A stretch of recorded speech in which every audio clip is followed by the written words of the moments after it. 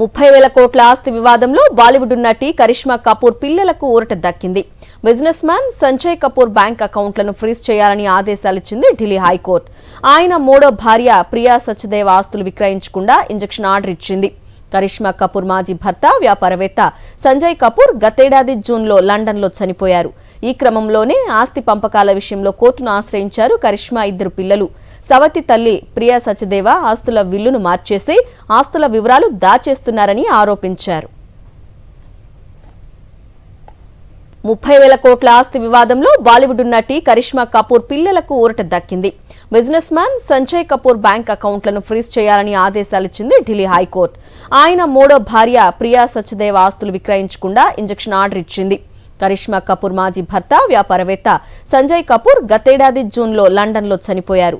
ఈ క్రమంలోనే ఆస్తి పంపకాల విషయంలో కోర్టును ఆశ్రయించారు కరిష్మా ఇద్దరు పిల్లలు.